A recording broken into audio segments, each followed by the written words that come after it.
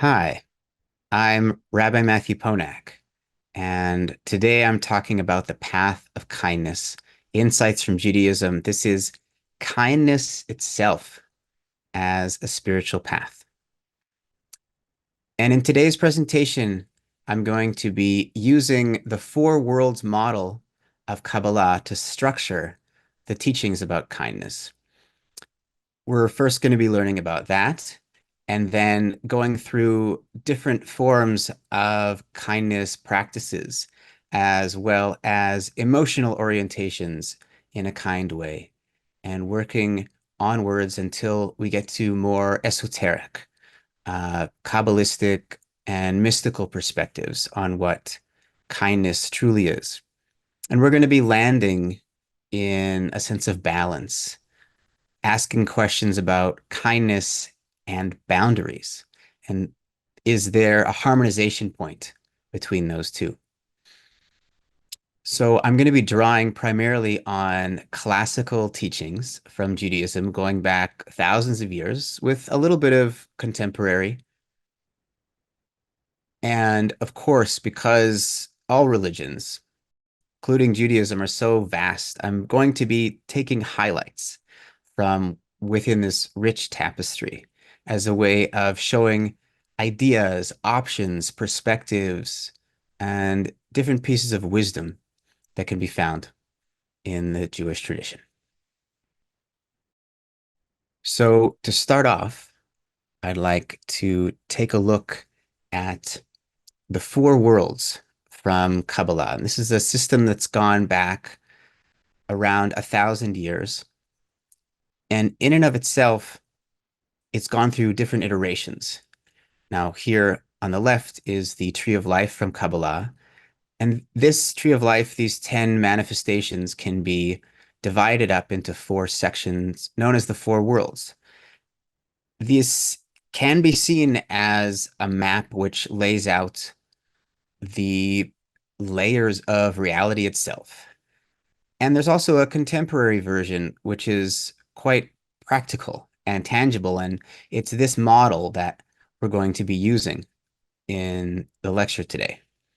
So, in this model, the first level is the body, it's physicality, it's the world of action. Above that is the heart, the world of emotions, what's called the world of formation in Kabbalah. Beyond that is the mind, the intellect, ideas. Some wow comes out in this world. It's the world of creation in Kabbalah. And finally, after body, heart, and mind, we have soul. This is the world of emanation in Jewish mysticism, the highest of the worlds. And so as we journey through, you can keep this model in mind. We're going to be starting with, right at the beginning, the world of the body, the world of action. And that is to say, some customs or laws around kindness that can be found in Judaism, beginning with a central teaching. So, this is a statue or a part of a statue in which Hillel the Elder is teaching. And here, this statue looks like he's even scolding or reprimanding someone. But the story itself, in its origins, is about someone who was interested in converting to Judaism, who came to different teachers to ask them a very challenging question. And this young man came to Hillel, who Hillel was an elder, he was a sage.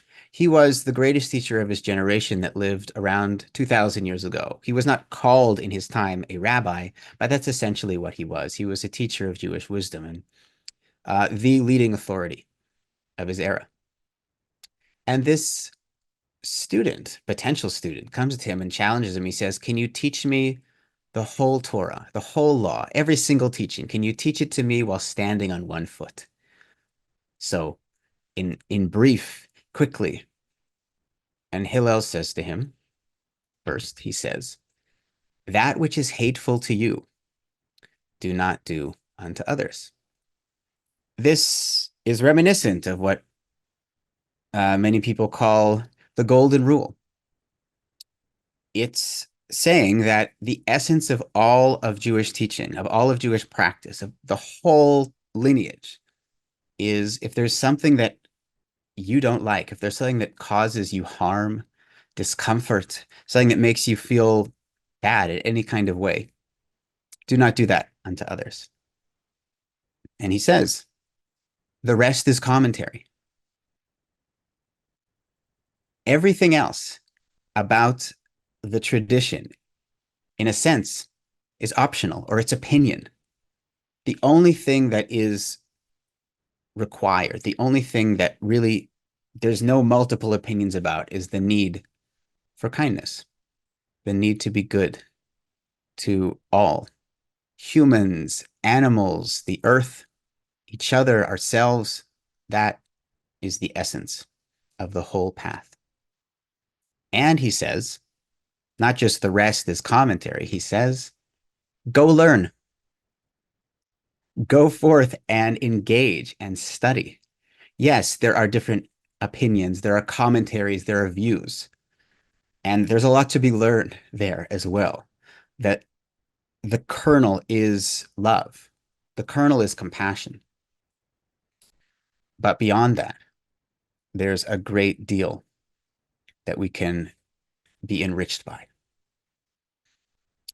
So, one of the things that Hillel was known for was being a scholar who was in debate.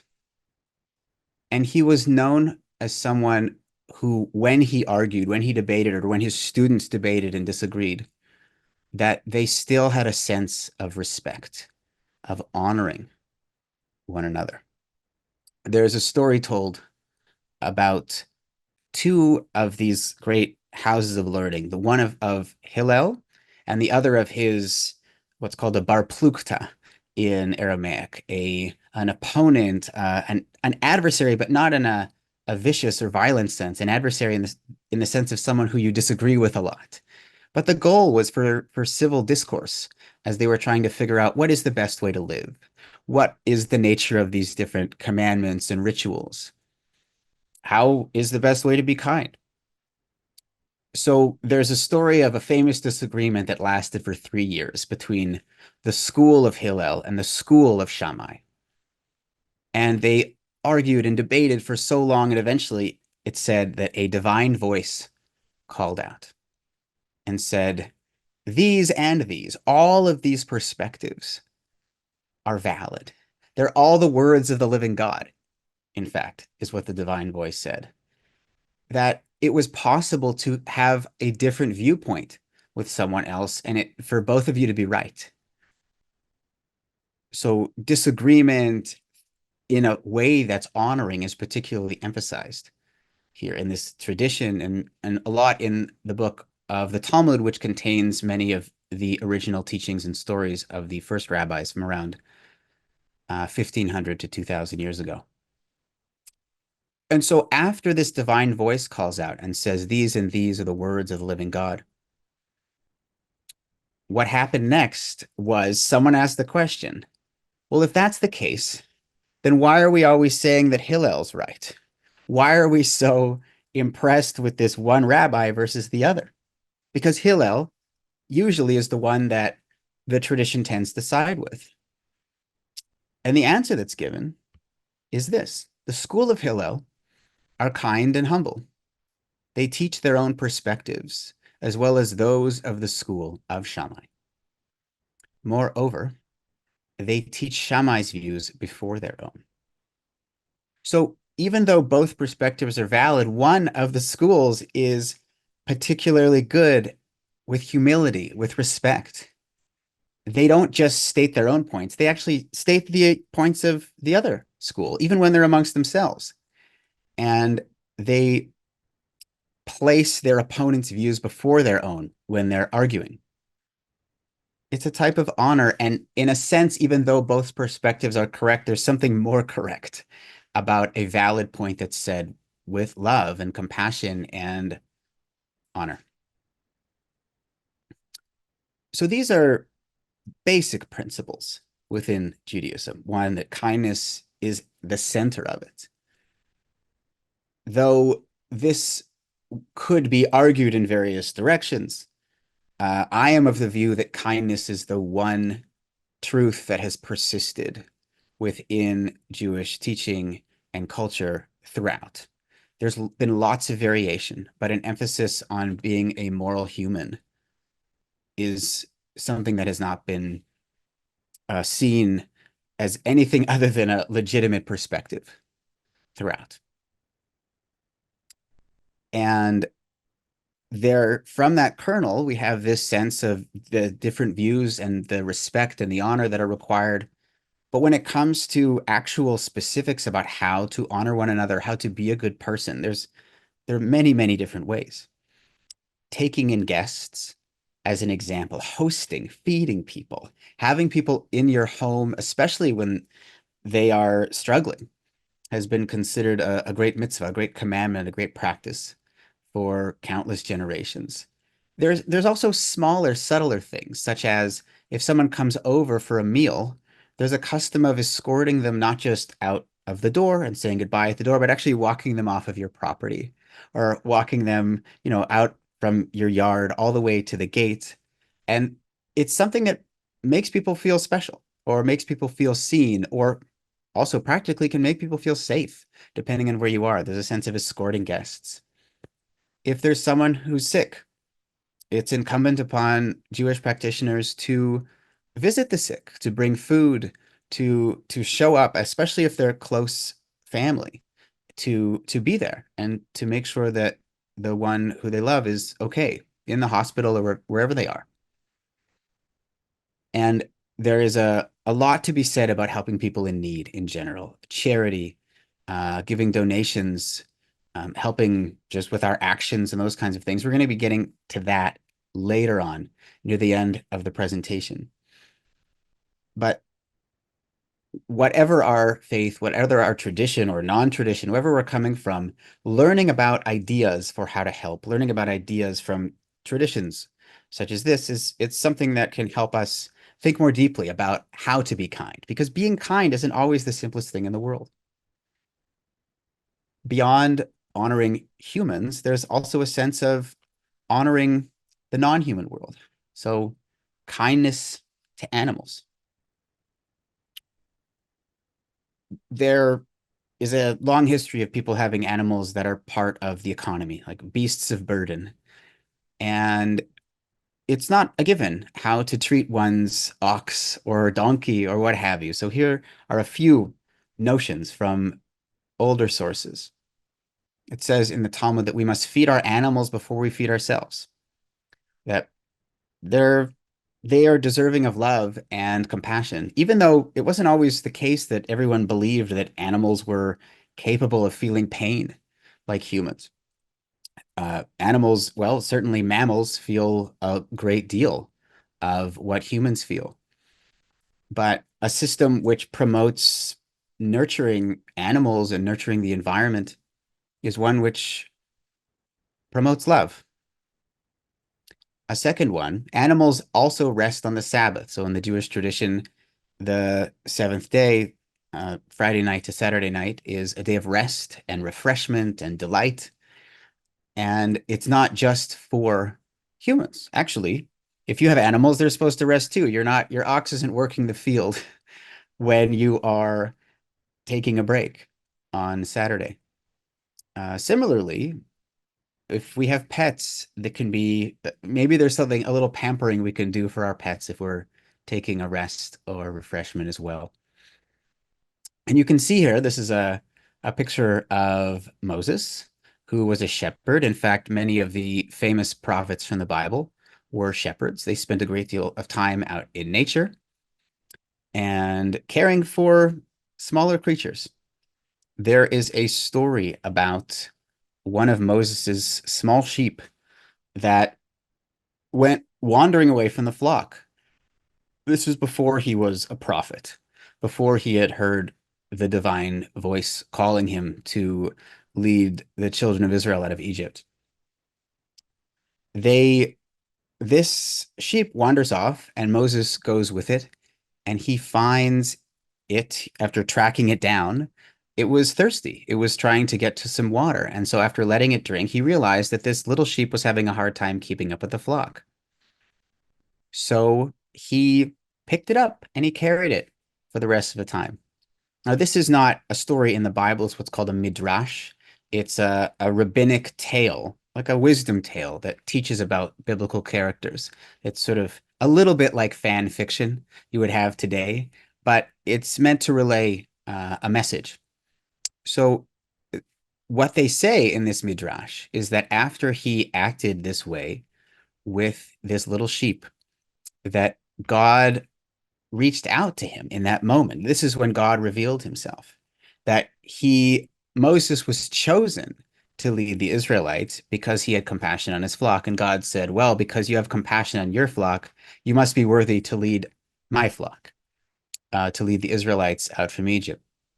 So this is a theme we're going to return to as we keep going, but an act of kindness is not just something we do to help others.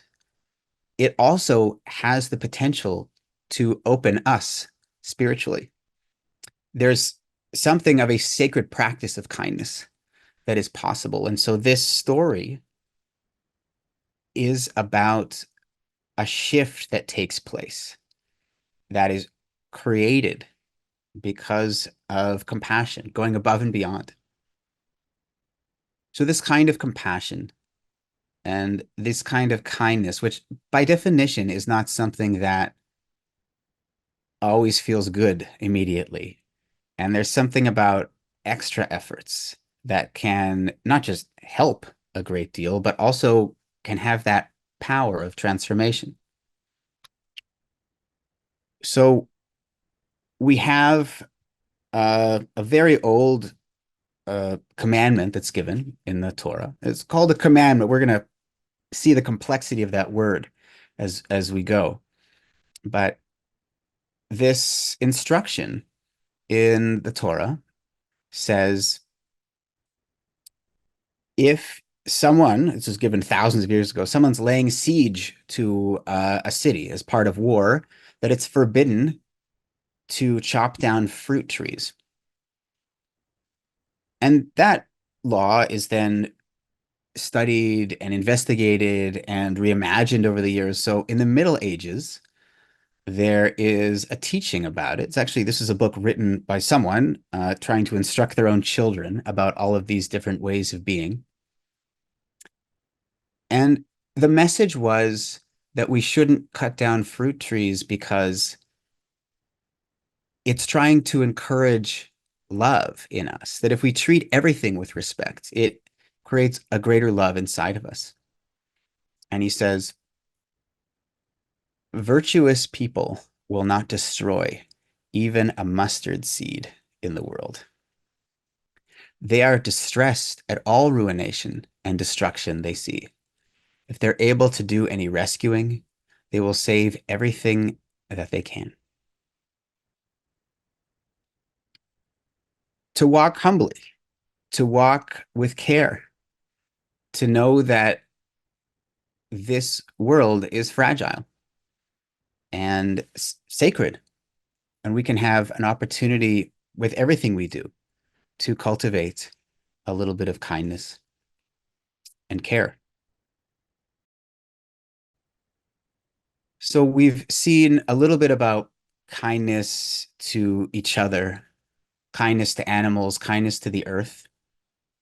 There is within Judaism, sometimes people can see that there's a reputation of a certain strictness towards ritual practice. If you are Jewish, you may be familiar with this. If you're not Jewish, you might have heard of kosher laws about how food that's kosher or not kosher, and it can get really precise. And as much as there is a lot of precision in the traditional practice of how to keep kosher, there's also an inherent flexibility that's built in, which is a kind of ritual kindness.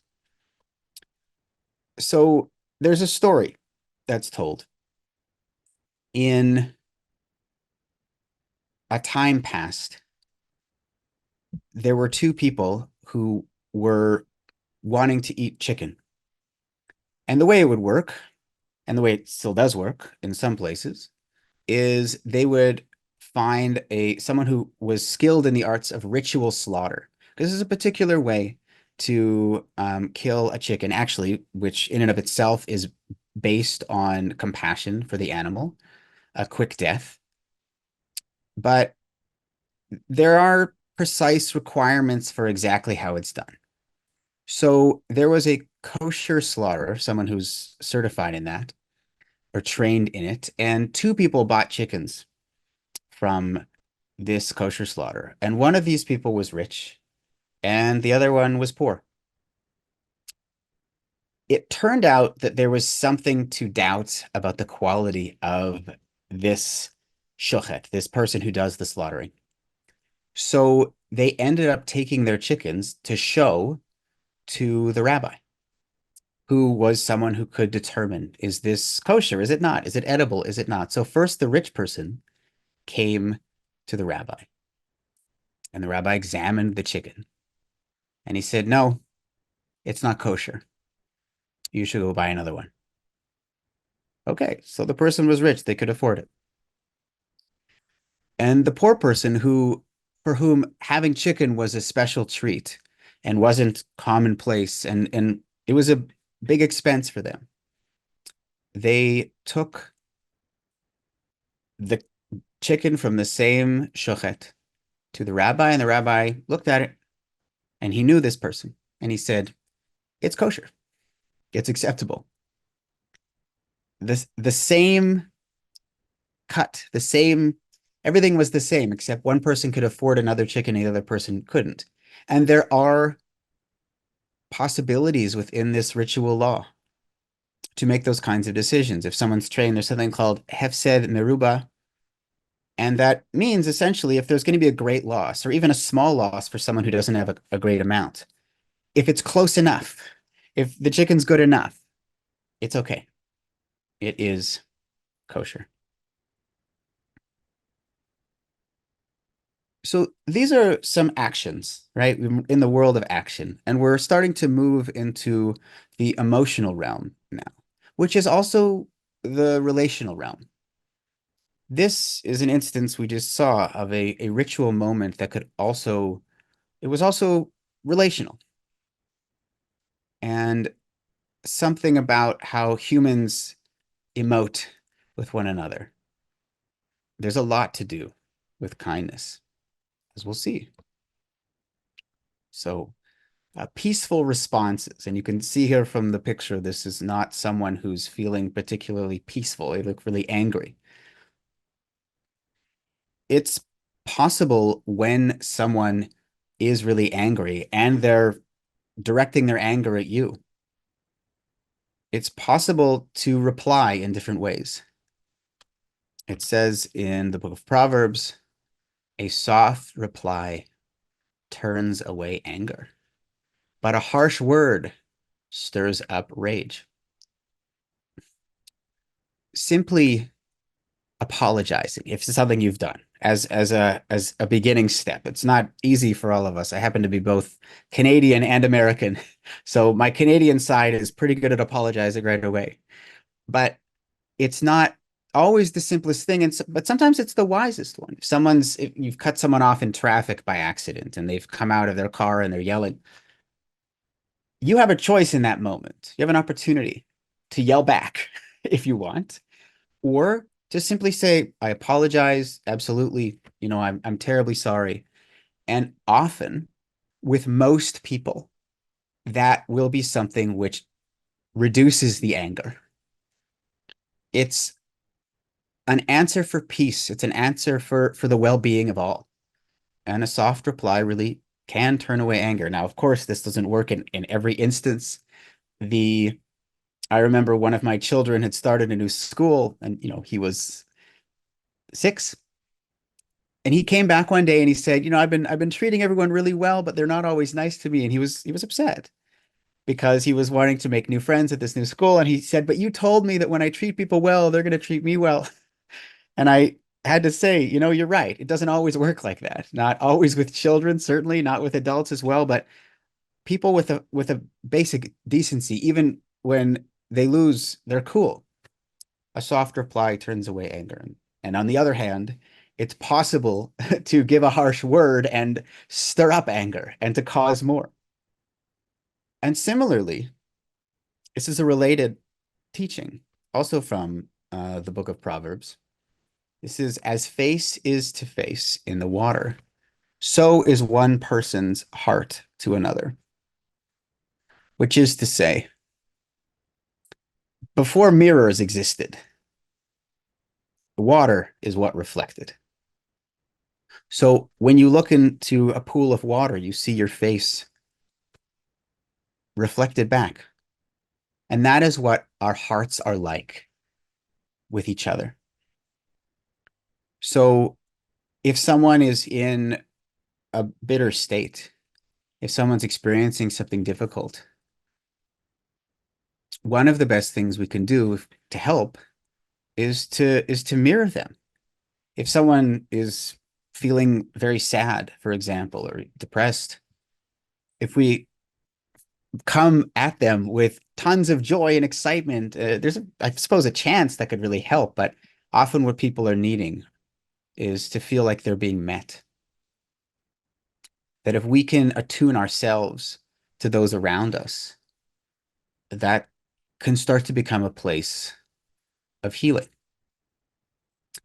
And at the same time, if someone is experiencing great anger, and then we throw anger back at them, that is the kind of thing. It might feel good in the sense of people enjoy getting angry sometimes, but it's going to cause the anger often to increase. But knowing that there's a mirroring that's possible. If someone is very upset, yelling, and we're replying softly, we can start to bring some of the tension down. It is certainly possible if someone is, a child or even an adult is in a really bad place and we meet them with joy or with a present or those kinds of things that can certainly create a sense of well-being or shift them out of it. Absolutely. There's also something really about a meeting of hearts and being present with one another, that it's not necessarily a physical action-based response, but an emotional attunement, which is part of peacefulness, part of kindness, and part of love.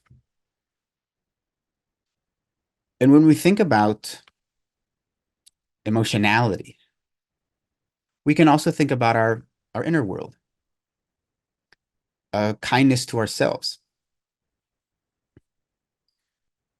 There is a lot that happens inside of each of us, an enormous world. Sometimes our emotions make sense. Now, there's a reason I'm feeling this way. It's because something happened to me. And sometimes they're very not clear. They're very confusing. There's also, it's possible to judge our emotions. We might understand where they're there, but we might not like them. There's a Hasidic teaching, a Jewish mystical teaching from someone known as the Me'or Einayim. He was the Chernobyler Rebbe, the rabbi of Chernobyl who lived in the 1700s. And he says that all of our desires, all of our yearnings, all of our emotions, all of our pains, everything we experience here, it might seem mundane, or we might want to get rid of it. We might want to turn away, or we might feel ourselves drawn into it in a negative way. He says, but every single thing that we feel here can be traced back to something deeper, to something today we would say psychologically, to something maybe that happened a long time ago, to some kind of personality. But what he means is it can be traced back to something divine, that like these light rays come from the sun into our world, or like this waterfall comes from up above and cascades down into this pool. That is what divinity, that is what God's self does, that what the infinite does as it manifests into the finite. So if I have a yearning for something that doesn't feel particularly spiritual, if I have a materialistic yearning, oh, I'd really love a new watch, or I'd really love a new anything, a sparkly jewel, some new set of dishes, a new car, who knows? It can be tempting or can be a tendency for some spiritual practitioners. We want to say, like, oh, that's shallow, that's no good. And he's not saying you should absolutely buy that car you can't afford because it's going to make you feel like $1 million and God loves that. He's saying the desire for something material, that kind of love, it actually is a kind of love. And if you can be present with that, if you can pray about it, or if you can feel into it and explore that feeling, that there is a chance, a possibility for us to be able to see what's deeper than that and deeper than that. And that in that way, we can begin to discover the light that is hidden beneath our everyday experience and emotions. And when we can give space to our hearts, to our own emotions to begin to feel that, to say yes to what's going on in our inner world, not necessarily to act on it, but to allow that part of our being to describe itself to us, to actualize itself, to express itself. That's a kind of kindness to ourselves. We can learn from that. We can see deeper from that. We can get insight. We can have shifts that come out inside of us. Because truly, there's light in everything, even if it's not obvious on the surface. So we're going to start to journey now from the out of the first two worlds, the body and the heart. We're going to go into the mind, and in particular to some systems that can evoke a sense of awe and also require intellectual engagement. And we're going to be looking at a fairly lofty topic to begin with of what is love? So you can see here on the left, this is a chart that shows different all the Hebrew letters and something called gematria, which is the numerical value of each of these letters. So if it was English, it would say A is 1 and B is 2, and you can create a system. And when you do that, it means that different words can also be different numbers. When you combine different letters together, they can equal different things. So this is a form of interpretation that I love, that is used a lot in Kabbalah and Jewish mysticism, but really in every era of Judaism going back, again, thousands of years. This is a numerical system that's also an alphabet. And there are teachings that come out of this, which I'm also including today because in September of 2024, I'm going to be teaching about this system of gematria and different forms, a type of Hebrew letter magic. So partly I wanted to include it today as a way of understanding what kindness is, what love is, but also as a sense, a little window into this art of gematria. It's like a Hebrew numerology.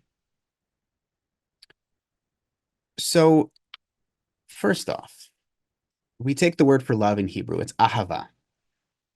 And you see here, that's 1 plus 5 plus 2 plus 5, and that equals 13. 13 in Jewish tradition is not a bad number. In fact, it's a very good number. There are 13 attributes of mercy that is found in the Hebrew Bible. These are the qualities of love and compassion said to be associated with the divine. But love equals 13. And there's another significant number, a significant word that's also a number that equals 13 as well. So the word one, echad, is 1 plus 8 plus 4. It's also 13. So when two words have the same numerical value, it's understood that they have something meaningful in common. So a sense of oneness with someone or with something is associated with love. To express love is to say that we are connected and there's something here between us. When we can love deeply one another, or we can have a sense of connection and love for the soul of the world, for spirit itself, for the creator, we there's a sense of unity, there's a sense of oneness, that one and love equal the same thing. And what's interesting, and this is part of this cleverness, this art of gematria, the wordplay here, is that if you were to take one and love and put them together, right? 13 and 13, you'd have 26. So if someone was in a state of oneness, in a state of love, well, they would be connected to the divine.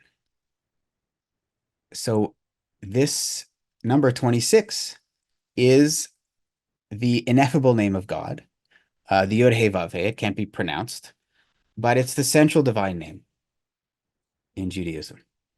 And it's what you get. You get 26 when you add up 13 and 13. So we have that 10 and 5 and 6 and 5. So love and oneness come together. And when we can inhabit those, we come to connection with deep reality itself.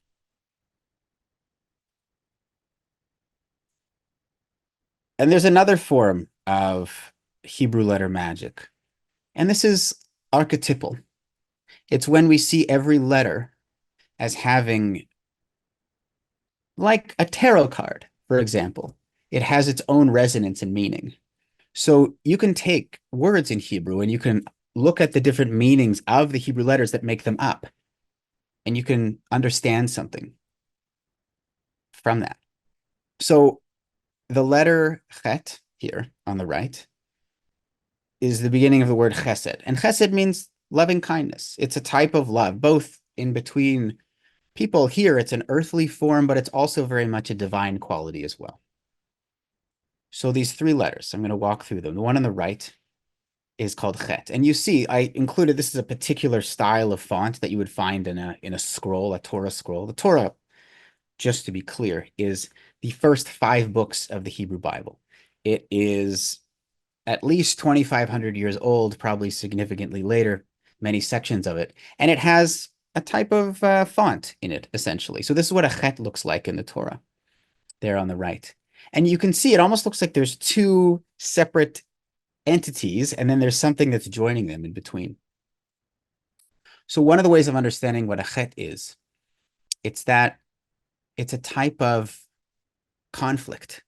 It's a type of battle. And on the one side, there's something that wants to build.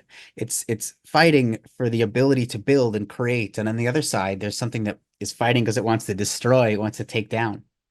And in the middle, there's like a witness, something beyond it that's looking and gazing and holding that conflict in a frame of awareness. So when someone is in need of kindness, it's when there's some kind of struggle happening. Things aren't easy. There's a conflict. There's a difficulty, or even when parts of ourselves are in difficulty, there's some kind of turmoil. There's a conflict of some kind, a difficulty, a lack. And the second letter, samech, it has to do with support. It has to do with help. There's a certain strength in this circle, and it has the capacity to hold and to uphold. So this is what we do when there's some need that's there, when there's a conflict, a difficulty, a challenge. We can offer help. That's what it means to have loving kindness, to offer help. And this final letter, the Daled, Daled in Hebrew sounds like the word delet, which means doorway. A Daled is something that symbolizes an opening, a gateway, a door. When there's someone who's in a rough place, when there's struggle there, and we can offer help, that's opening a door. It's opening a door for them in the immediate moment, It's also, there's a potential, there's a way of giving that can be empowering, that can open a door for someone to then begin to help themselves. But it's also opening a door for us, a door into greater connection, into greater love, into greater kindness. And like Moses, we saw near the beginning of the presentation, it's an opening to the divine, that a spiritual practice is often thought about as something we do perhaps on a mat or in a journal or in a temple of some kind or on a retreat. But kindness is a spiritual practice. And not only is it something that builds love and kindness and support and helps and all of that, it's also like any spiritual practice, it opens doors, that it's possible to give in a way that we feel a connection to the person and to the divine, to everything around us. It's the path of kindness.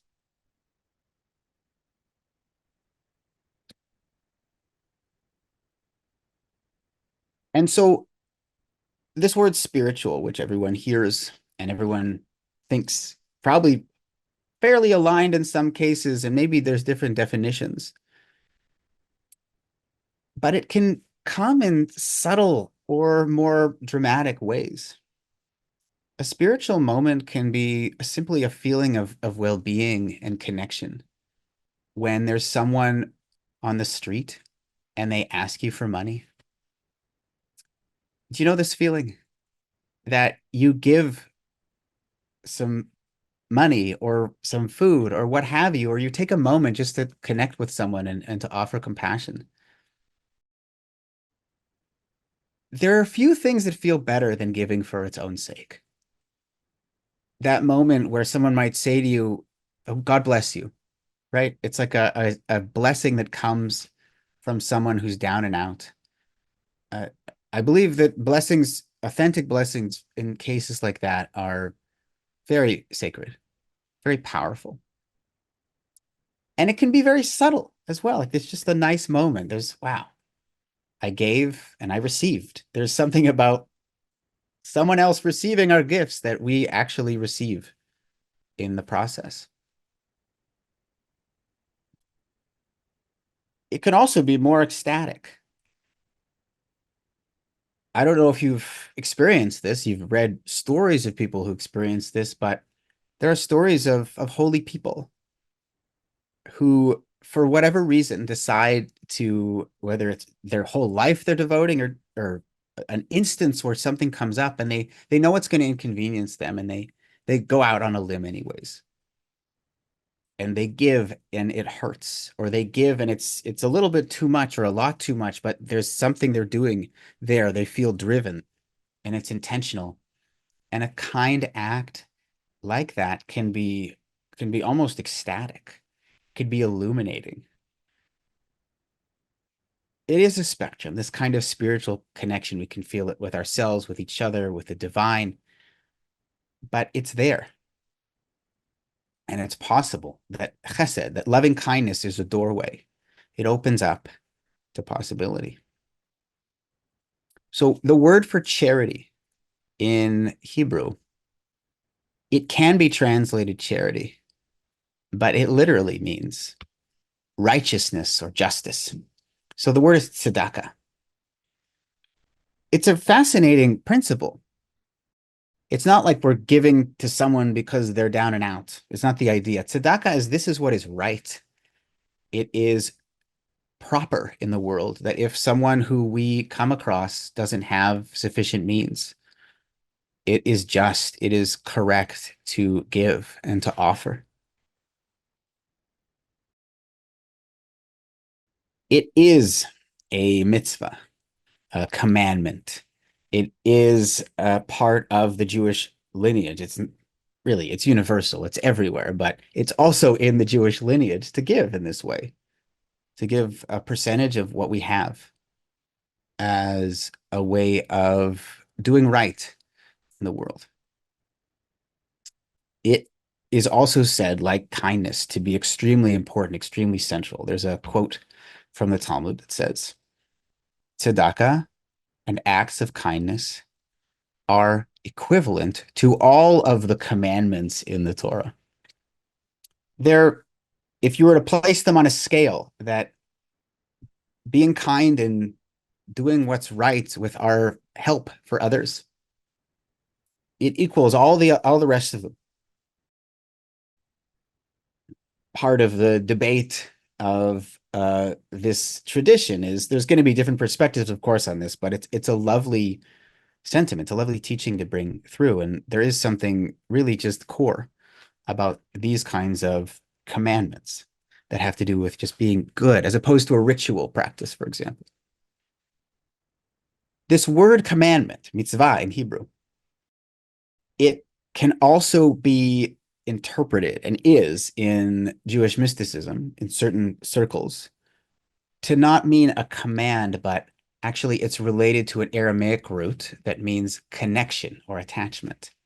It's that same principle of the doorway, is that when we reach out, when we do these holy acts, these spiritual practices of being kind, we have a possibility of opening a door towards deeper levels of reality, towards deeper connection, that don't think command, think connect, attach, become one. These types of teachings,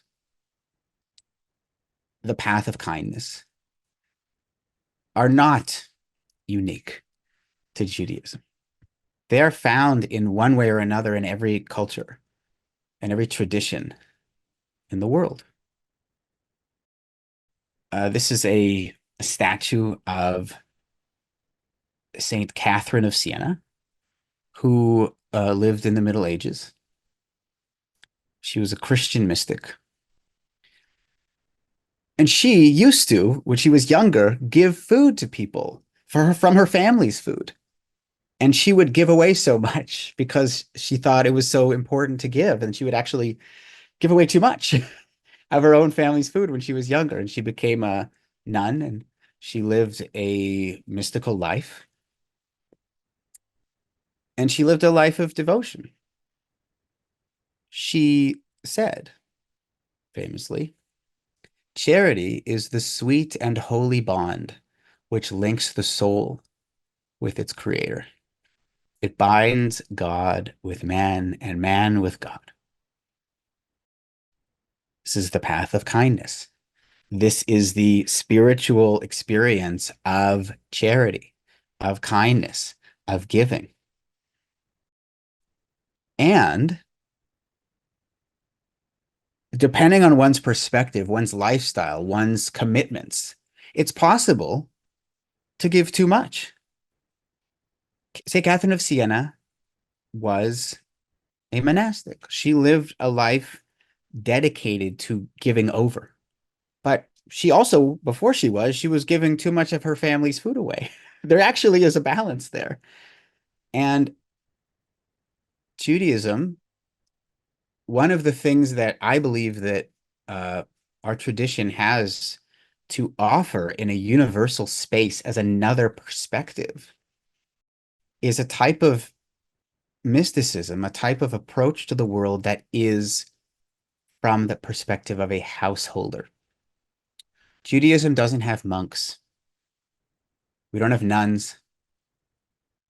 We never really have. And so our spiritual leaders and teachers throughout the ages have largely been people who have jobs and families or dependents of like worldly responsibilities. And so often our teachings and our spiritual perspectives, our mysticisms reflect that. So in order to be a householder, not necessarily one who owns a home or has a family, but someone who has work in the world and they need to show up on time. And if they give away all their money, they're not going to have any. And you know what I mean? Those kinds of things. Like there's a sense of balance that's needed. And so here's a teaching about chesed, about kindness, that has to do with balance. So this comes from Kabbalah. And we're definitely moving our way through the spiritual world at this point, and we're even just getting into a place where we're starting to put it all together. So chesed is one of the sefirot. It's one of those circles in the tree of life. And it has to do with expansiveness, and it has to do with opening. It has to do with saying yes. Chesed. Now, if all we have is chesed, is that going to work? Imagine raising a child or even a pet, and everything they want, you give it. So there's a child, everything is a yes. Of course, you can have that. Yes, yes, yes, yes, yes. Most people will probably say that that child is going to end up some version of spoiled or entitled.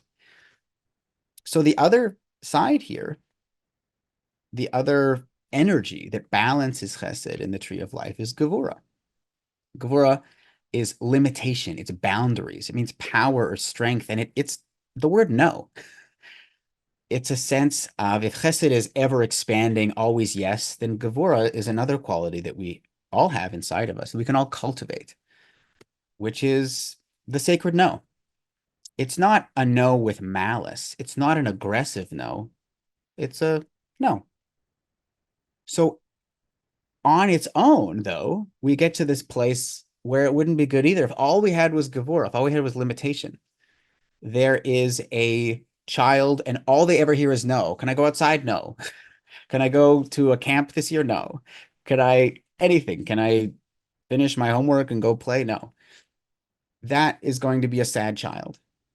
That is going to be that's bordering on abuse. And so the goal in this householder perspective is to have a mix of chesed and gevura, to have a mix of yes and no, of kindness and limitation. Because most of us, in order to function in this world, we need this kind of harmony. So we have a third quality, and it's called tiferet. Tiferet means, literally, it means beauty. But a teacher of mine calls it true kindness. It's also associated with compassion, interestingly enough. If we have a mix of yes and no energy, if we can give and also know when enough is enough, or when giving is unhealthy for us or for the other, we know when to say no, and we have that together, that's truly kind. It is not enabling, it's not spoiling, and it's not shutting out, it's not disregarding. It's this balance between the love that we want to give, or that we know we should give, and the limitation that's needed.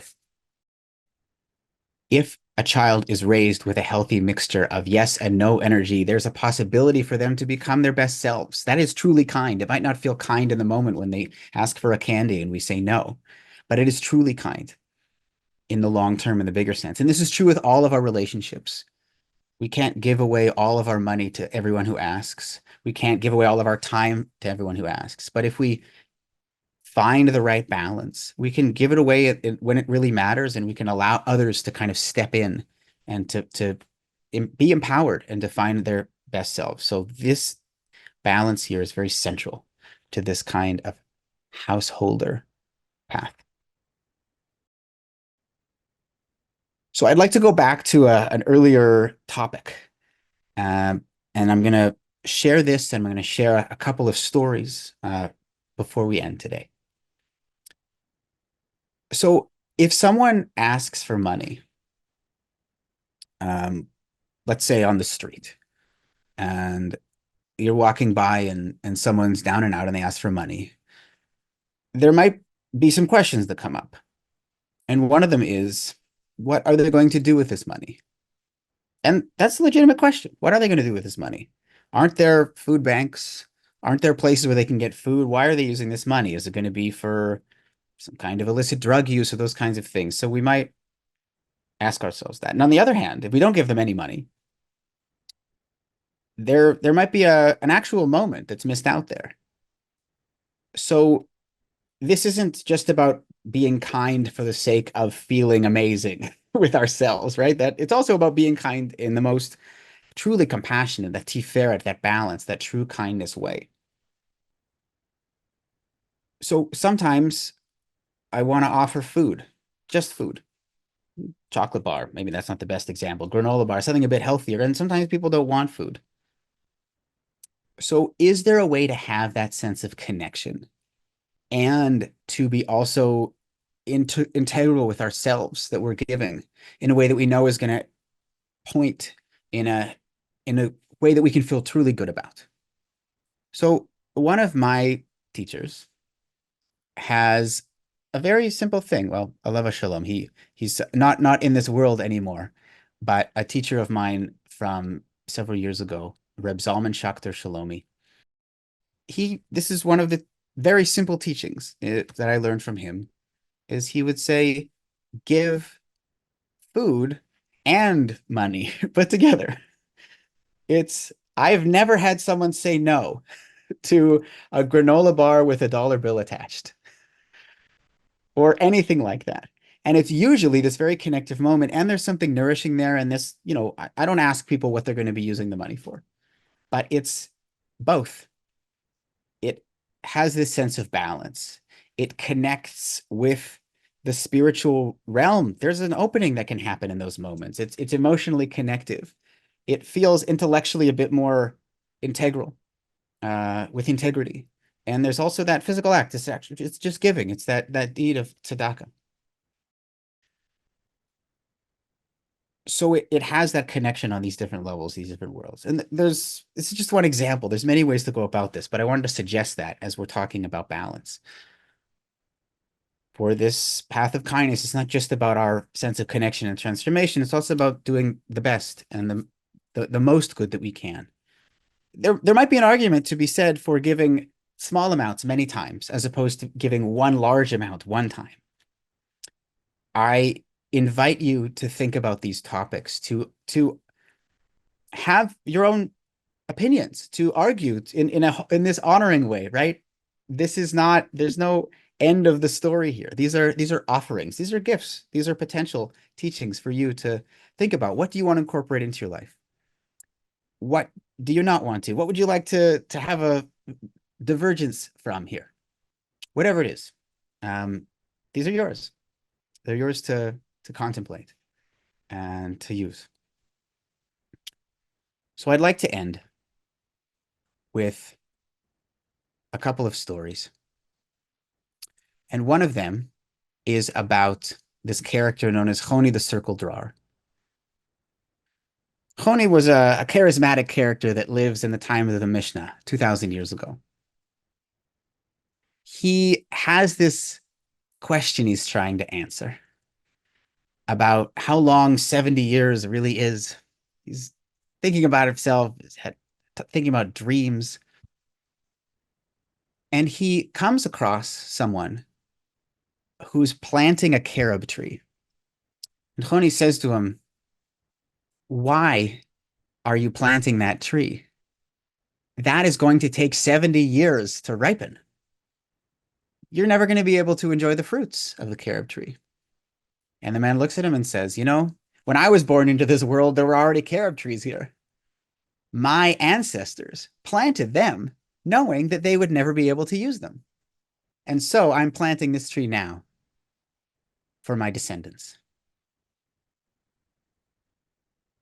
But kindness is something that can last and grow and build. We can do things for people we will never meet.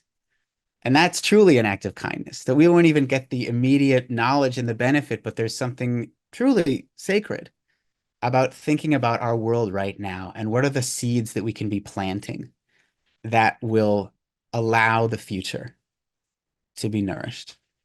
So a type of kindness that lasts and that has in mind beyond our generation and into the future. And the other story I'd like to tell as we end, and this is a tale that exists in multiple traditions, in slightly different versions. This is a story about the afterlife. And you may or may not know, Judaism has many different views of what the afterlife could be. We're a very this world path.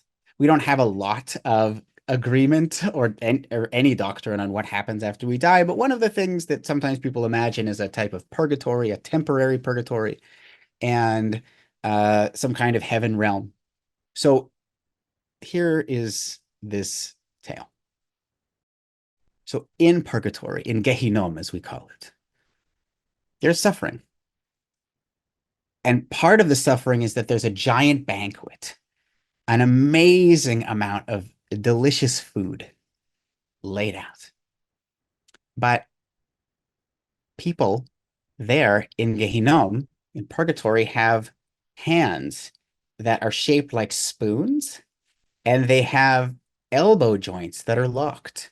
So try as they might, they're not able to scoop up the food with their spoon hands and to get it in their own mouths. And it's suffering. It's terrible. So they're just there with their mouths watering and they can never eat the food. Now, heaven, you might be surprised to find out, also has a gigantic banquet.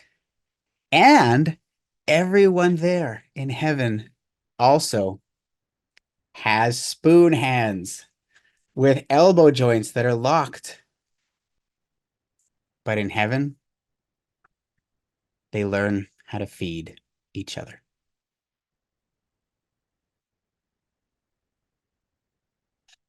May it be so. May we all learn how to feed each other. May our kindness extend from ourselves to each other to the world. And may we sow seeds of love and well being for generations. Thank you for joining today.